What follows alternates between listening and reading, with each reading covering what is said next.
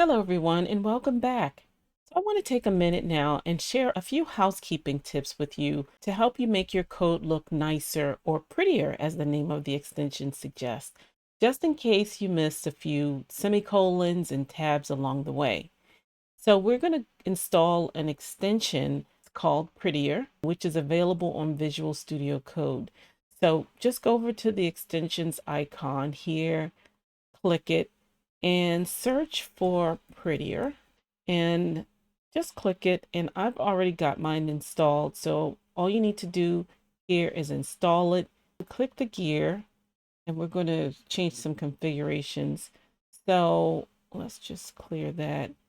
So here we're going to search for default formatter, and when you find it, this will be null, and all you need to do is find Prettier and then select it, which I've already selected here. So we can close that. That's all you really need to do in the settings. And we can close that. So now when you are back in your code, all you need to do is hold on to your Alt key, your Shift key, and F, and your code will automatically format and look really nice. So we can just save that. Let's go over to the post list, which probably is okay, but let's just format it. Let's make it look prettier. See, and then we can save that. Let's go over to edit. And we've got most of our formatting done, but again, we're just going to clean it up. That's going to make the code easier for the next programmer to read. And Alt, Shift, and F. Save.